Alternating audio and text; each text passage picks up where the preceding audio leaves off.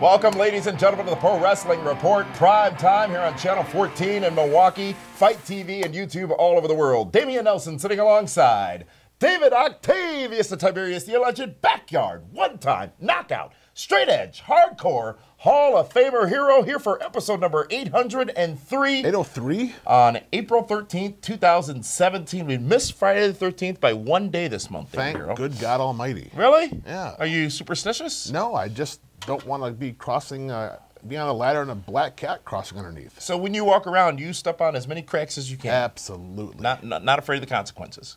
No. Okay. What if a black cat crosses your path? Is it the Janet Jackson one? I thought that was a scat cat. No, that was Paula Abdul. Oh. Yeah, but Janet Jackson was the black cat. I'm not sure her. You know what? Let's talk about her for a minute. Janet Jackson. She came out of hiding recently. She's not a gold digger. I'm sorry? People are calling her a gold digger because she divorced. Did Kanye call her that? No, because she divorced her billionaire husband after 5 years and 2 months. She gets $500 million. Well, she's I think that's a smart child, business right? decision. Imagine that. If I would have got paid $500 million, I was married for almost 7 years. Is that right? Yeah. Well, folks, it might have been worth it then. With that, let's get to the week's hottest and brightest wrestling news, and let's start with this week's big story. As you know, this past Monday and Tuesday on WWE programming, it was time to shake things up again. On Raw and SmackDown, it was a Superstar Shake Up, a bit of a modified version of what has been the draft in the past, and we saw some huge moves between brands. We're going to begin the conversation on those today by talking about those that moved from SmackDown to Raw, and the first two stars we saw making the move to open the show were not John Cena and Nikki Bella. However, they were dressed as them. It was The Miz and Maryse, the endorsed Miz and Maryse. What did you think of this being the first big move from SmackDown to Raw? The Miz has been fantastic the last 6 months. Probably since around 2011 when he started wrestling as great as he has been. You know, and he was endorsed in 11. It's a great fit for him. He's done everything there is to do on SmackDown. Put him on the Raw brand. Let him work with Braun Strowman. What? Why not? Braun's busy. We'll get to that when we get to the Raw report, by the way. But Miz, along with Maryse, setting things off hugely on Raw to start the show, but it wouldn't end there because hugely next, or bigly? Bigly. Next would be Dean Ambrose and the Intercontinental Championship coming over from SmackDown to Raw. He got married recently. He apparently did get married to Renee Young, Good for them. his longtime girlfriend and WWE reporter, I guess you can call her as well. He went Canadian. Who knew? Well, he probably did when he asked her, and she said yes. You think she said yes or eh? Eh? How about Dean Ambrose on Raw? Here's the thing about the Miz. Now you and got Dean the Ambrose. Shield on Raw. You have the Shield in its entirety on Raw, but here's the thing about a lot of these moves, specifically these two, is if you really look at their positioning and what they had done over the past year, or just shy of a year on SmackDown, you ask yourself, and I think what is a valid question is, what else was left for them to do on their respective brand? Miz spent the better part of a year in a program with Dolph Ziggler, then moved on into his WrestleMania program with John Cena. Exemplary job in both, and really the Miz was made into a larger star in those programs on SmackDown. Dean Ambrose had a championship title run. He actually came over to the show after the brand split as the champion, lost the championship, and has sort of been faltering a bit on SmackDown as of late. So now he can challenge Brock Lesnar again. Refreshed and energized over on Raw are both these men. Yeah, and they're good additions, and you had to wonder who was going to get sent to the blue team, and we found that out later, too. And we thought that there would be big names that would move, and definitely that would indeed be the case. The next big name that is moving to Raw from SmackDown is Bray Wyatt, former WWE World Heavyweight Champion. Bray Wyatt, now on Raw. And again, that's their top guy. They got 3 top guys coming to Raw. You got to wonder, will Bray Wyatt and Braun Strowman cross paths? It's all Braun with you, isn't it? He's the biggest star on Raw. In a literal sense. Well, and Big Show he's might the top be bigger. babyface also right now. Talk about that later. I don't necessarily agree with you at this point. But be that as it may, in addition to Bray, Maryse, Miz, and Dean Ambrose, Alexa Bliss also moving over to Raw. And I got to say this. I watch SmackDown more religiously than I do Raw, more intently rather than I do Raw. I still had not noticed just how great Alexa Bliss was on a microphone specifically. She did a great job on Monday. She has great mic skills. Yes. And she has great entrance music. It's a big entrance song for a tiny girl. There goes that size thing again, huh? I didn't say she sucks. You said... Wait. She's awesome. You know what? She has grown on me. When she first debuted, I'm like, huh, Harley Quinn, I don't see it. Yeah. But you know what? She's done a hell of a job, and she's going to be great on the Raw roster because now Bayley has someone smaller than her to work with. Let's talk about those that move from Raw to SmackDown, what we'd see on Tuesday night. And one of the several big names as well going over to the blue brand from the red brand, and 3 names all summed up in one name, The New Day, moving over to SmackDown. Interesting move. Yeah. But they've been lost in the tag team shuffle on Raw for a while. Had they not, same as we talked about with Ambrose and The Miz, had they not done all they can on Raw? Yes. It got to the point where they had to host WrestleMania. Which was a good spot for them, though. It was a great spot for them. It was a safer spot. Little did we know Kofi would end up injured afterwards anyways. Well, and it was great for Xavier Woods to, not have any in-ring work. Why is that? Well, he was kind of, there's shenanigans that popped up for him. Well, we know he has the stamina to have done that in-ring work. I guess the trombone thing's more than a gimmick. It was a new trombone from what I saw. It wasn't old and rusty. Okay. That was awkward. Charlotte, folks, the Queen is now part of the blue brand. The Queen, You had to figure Charlotte was on her way to SmackDown when she put over Nia Jax clean on Raw. Lost 1-2-3 to Nia Jax in the middle of the ring on Raw. Now Charlotte over to SmackDown. And again, this may sound like a bit of a broken record, but Charlotte had nothing else to do on Raw. No. She dominated that division for the better part of a year. And we didn't want to see her and Sasha or her and Bayley anymore. I was glad we got to see the one-on-one between her and Nia Jax. Yeah. It was a great match. It was. It was. And again, your point, a clean pin. It was. It was a definitive loss for Charlotte. It was shocking that it happened like that, but it made sense when she wound up on Team Blue. Folks, also moving over to Team Blue would be either, and it seems like it's obvious who it's going to be, Chris Jericho or Kevin Owens. Now, the winner of their U.S. Championship matchup at Payback will determine who actually becomes an official member of the SmackDown roster, but I think all roads point to it being Kevin Owens, who did a great job on Monday. He's the #1 American, real American or whatever, and he's the #1 star on Raw. Made it clear, at least it seemed on Raw, that he was staying there, but then one of the first people to come out on SmackDown was Kevin Owens, if not the first. I thought what was most interesting was that Raw maintains the rights to his beard. He trimmed it between Monday and Tuesday, though. Well, yeah. Cut his hair, too. Came out in a nice suit. Yeah. Raw owns the beard. Look, yeah. You didn't know that? I did not know that. Yeah, that was part of the trade. He had to be clean-shaven going to SmackDown. But, I mean, they're not going to send Jericho to SmackDown. There's money in Owens, in Corbin, Owens, and AJ. I will say this. When Sami Zayn's music hit, I felt the same way as Kevin Owens. Oh, my God, not again. They played off that really well, though. I mean, he's the gift that keeps on giving. He's like an STD. He is not going away. They will always be paired up together. Again, there's his hate for Sami Zayn. No, because it's not Sami hate. Zayn's endorsed. You just called him an STD. I'm comparing us to what that relationship is like. So why isn't Kevin Owens the STD? Well, he could be one too. But there's HIPAA laws that prevent us about talking about that kind of stuff. Sami Zayn also moving over to SmackDown from Raw, and that is just a few of the names on either brand that made the switch, ladies and gentlemen. Did you like it? I loved it. I thought it was great programming, as did you, the viewers. Raw and SmackDown ratings up substantially, even over the week after WrestleMania last week. So it was a success for WWE. But there were more moves that occurred between the brands, and we're going to talk about those tomorrow on Feedback Friday in our big story. And Feedback Friday, of course, you know, is your show. It's where you get to send us your questions and your comments, and we get to answer them. And we're going to talk about a lot of them, including your very favorite, Bayley and Finn Balor, tomorrow on Feedback Friday.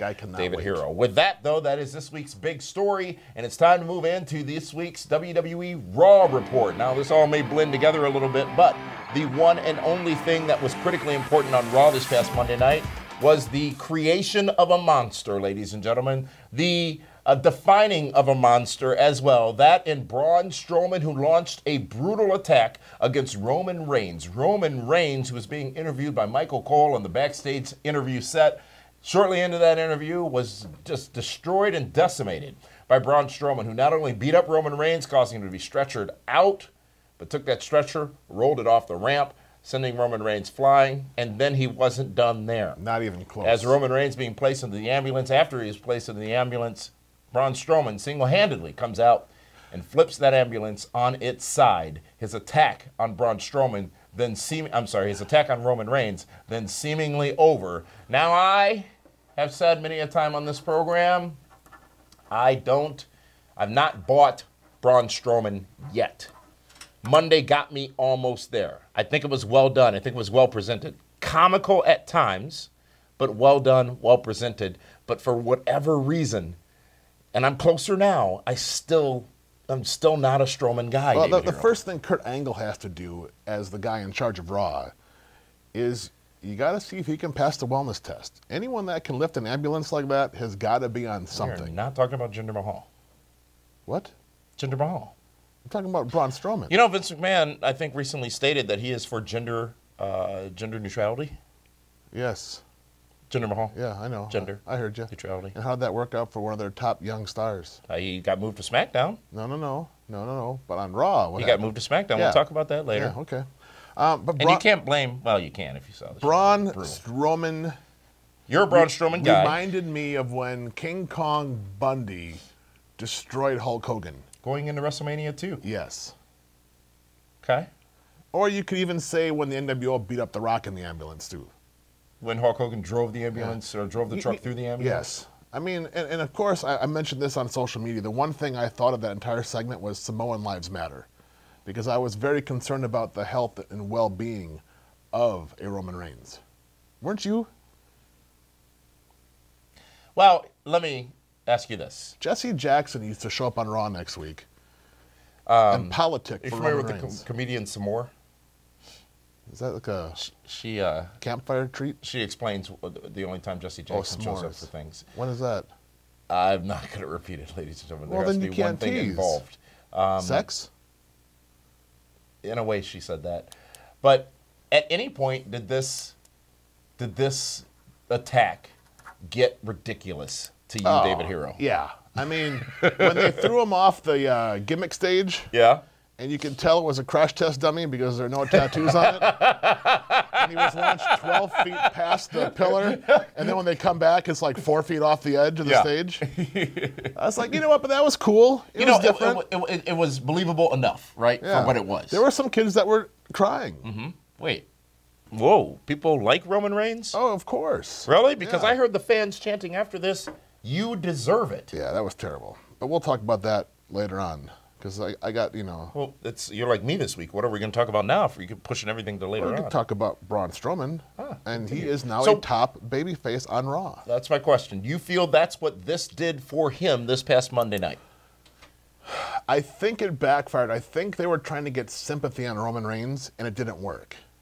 But let me go back to the Royal Rumble, when Roman Reigns was purposely put in at number 30 to use the hatred some fans have against him to swerve everybody on the finish of the match. I honestly think that the creative forces that be actually thought the fans would have that much anger and displeasure towards Roman Reigns? I think there are people in that room who knew it would be the case.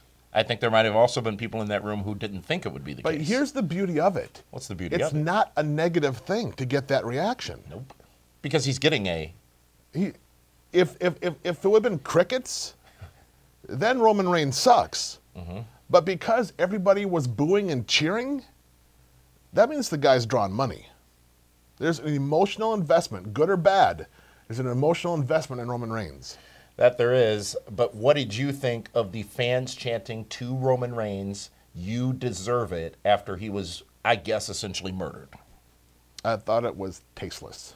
It's embarrassing because, not all wrestling fans are like that. Mm-hmm. But for some reason, there's so many entitled fans now that think that they are going to take over the show and hijack the show and be a part of the show. But do you think it was in good fun? At its core, they're, hey, this is cool. We hate Roman Reigns. Now he's gone. He deserves it. It's sort of a play on the accolades that they use that same chant for. It's completely negative, and it goes the wrong way.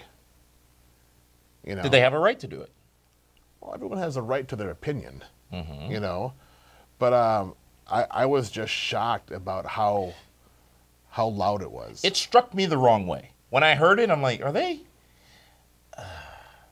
And maybe it's for two reasons. Firstly, that wasn't the intent of the angle. And then there's that deep-seated, yet surface-based hatred for Roman Reigns because he's the chosen one. He's no more chosen than Braun Strowman is being chosen right now. Yet, it's cool to hate Roman Reigns, right? Oh, absolutely. But much like, and I don't remember which Hall of Fame induction ceremony it was, but when John Cena and Arn Anderson were sort of interacting without talking to each other, Arn was on stage, and he talked about John Cena and the boos that he gets and how they're laughing all the way to the bank because they're still making money. Roman Reigns is still making money. Oh, Roman Reigns is a top guy. And he is, by all definitions, a top guy. Maybe not in all the fans' eyes, but in all the eyes that there needs to be, which are the eyes that go to the bank every Friday and cash that check. He's doing great. And I've said this before, if today's wrestling fans were around in the 80s, guys like Hulk Hogan and the Ultimate Warrior wouldn't have had careers. Right. Because they'd be booed out of the building. Mm-hmm. So there is no ultimate babyface in today's wrestling establishment. There can't be, correct? No, there's somebody who just is overwhelmingly cheered positively. Sami Zayn. Really? Yeah. I am shocked and awed that you are saying this. Please, but he please is. Explain further. Everyone loves that guy. They do. Everyone but one. Huh? Everyone but one. I don't dislike him. I just don't get it. Much like I don't get. Well, I get Braun Strowman. If Braun Strowman would talk normally, I think I would be able to relate. I just feel. But like the Ultimate Warrior talk normal, huh? Well, the Ultimate Warrior was clearly an over-the-top character. Braun Strowman You didn't think in the day that Ultimate Warrior walked down the streets with the tassels on his arms. But you would find out later that he did. George Animal Steel didn't talk properly. But he was crazy. He was a character. He wasn't. Braun Strowman is not being presented as a character. He's been presented as a beast, as a monster, much like Brock Lesnar, who talks normally. Well, he doesn't talk at all half the time. Sure. But Sami Zayn or Bayley, the two biggest white bread babyfaces in the company. Bayley. We're going to talk about her on Feedback Friday tomorrow, but I reached a point of saturation with Bayley. Well, that sounds awkward. This past Monday night on Raw as well. Overall thoughts on Raw, David Hero, this past Monday? I thought it was a great show. I thought it was a great show, except for the main event. Except for the main event. Yeah. What didn't you like about it? How Jericho got involved. I would have liked to have seen those two just do their own thing. Yeah. It fell sort of flat, didn't it? It did. All right. You're waiting for something bigger to end Raw, and Jericho, don't get me wrong, but you got Jericho. Yeah.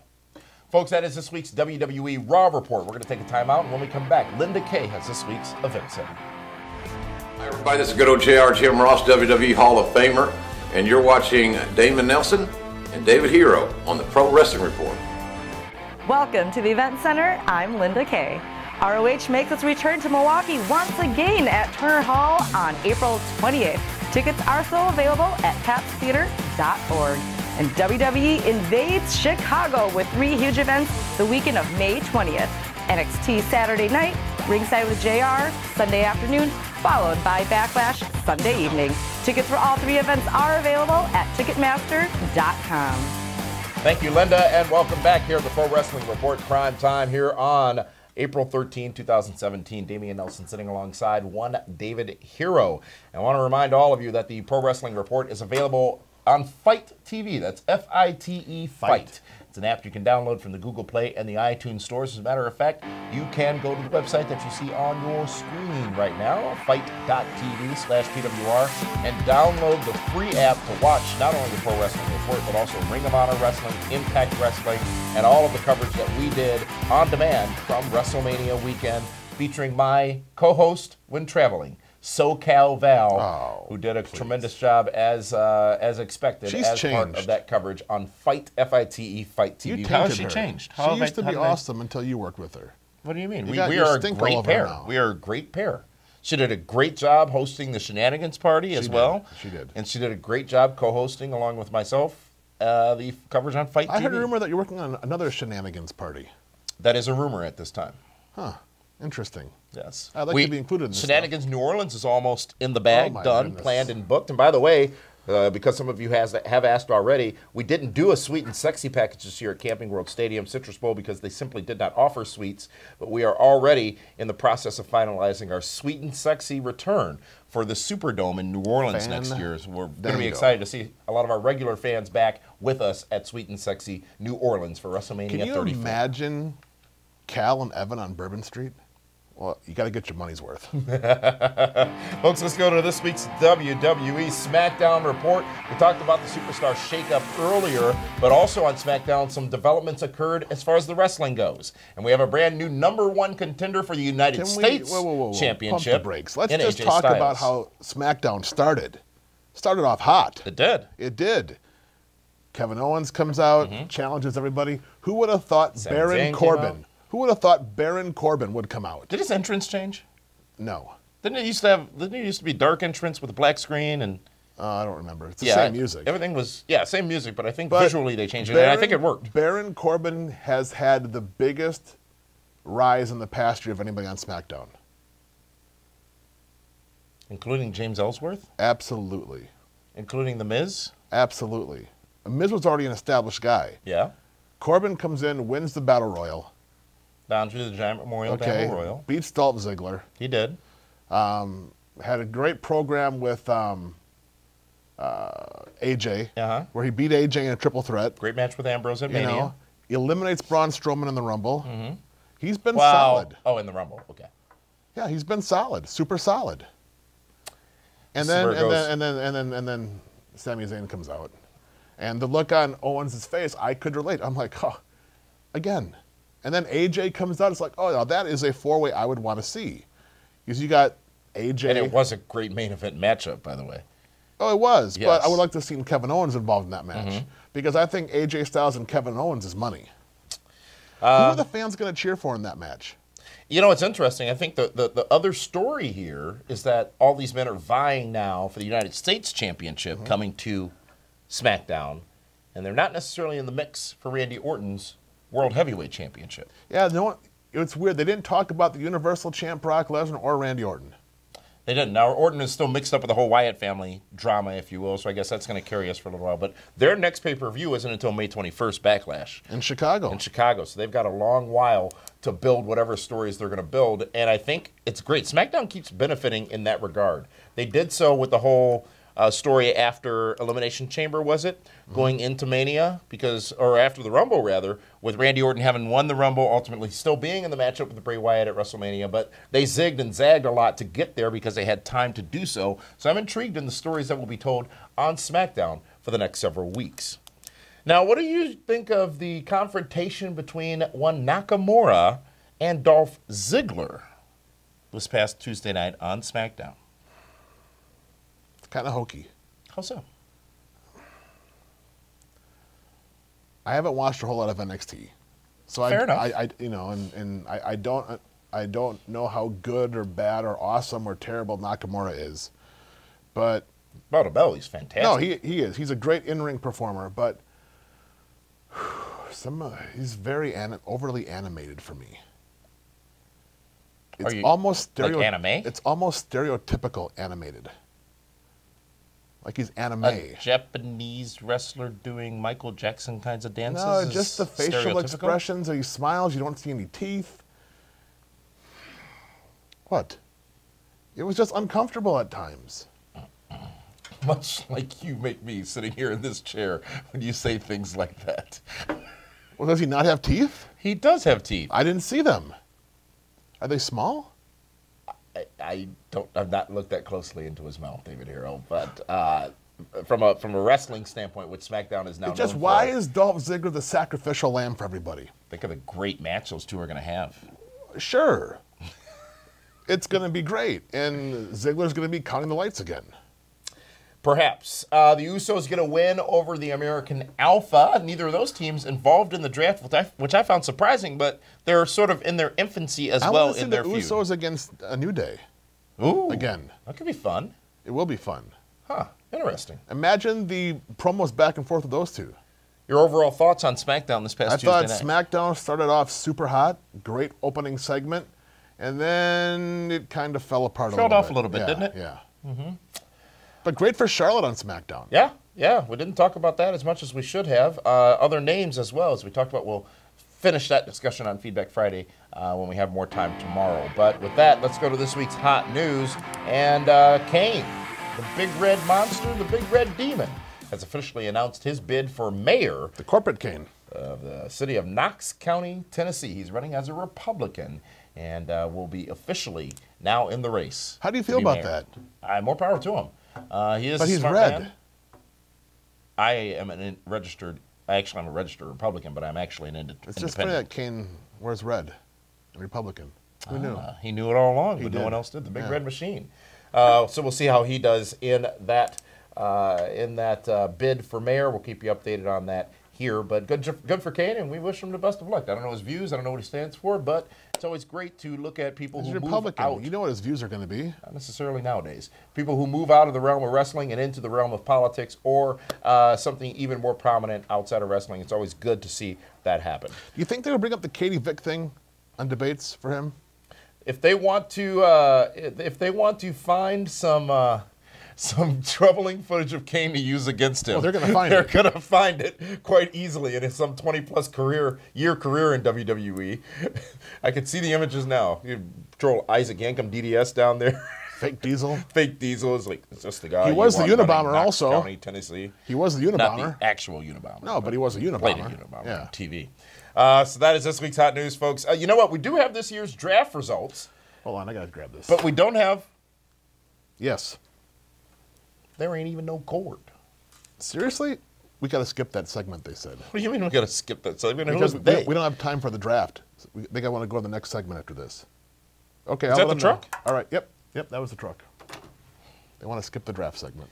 Fine, then. Well, sure. Okay. Well, folks, as you know, we've got the PWR Primetime Extra podcast, which starts right at the end of this broadcast here on our iTunes, YouTube, and not YouTube, iTunes, all of our podcast channels. Well, you got me all flustered. Everywhere. It's Primetime Extra, and what we're talking about this week is a plethora of things. We're going to talk about, I didn't want to address this, but we have to now, I think, because it's gotten big enough where people have been asking our opinions on it. The whole JBL bullying situation. We're going to give our perspective on that and the impact that it may or may not have had on Mauro Ranallo's seemingly imminent, if not already done, departure from WWE. We'll also talk about another injury possibly sustained by Finn Balor on Raw this past Monday night. And we've also got a lot more to talk about on the Primetime Extra podcast that's available for free podcast form. After we run out of TV time here in Milwaukee, we continue on the Extra podcast. With that, David Hero, we're also going to, I think the truck, did they also tell you that your segment was bumped, DWHS? No, they said we had to bump that to get Well, to they're telling mine. me in my ear that we ain't got time for hearing the spoken word that's of ratings. David Hero, and, well, we'll do it on the podcast. See what comes out of that, ladies and gentlemen. Racially motivated. Unfortunately, we Because are I'm out of tan. TV time here, ladies and gentlemen. We will be back with you again tomorrow with a brand new episode of PWR Feedback Friday. Until then, for that one, this is Damian Nelson saying so long. We'll see you next week.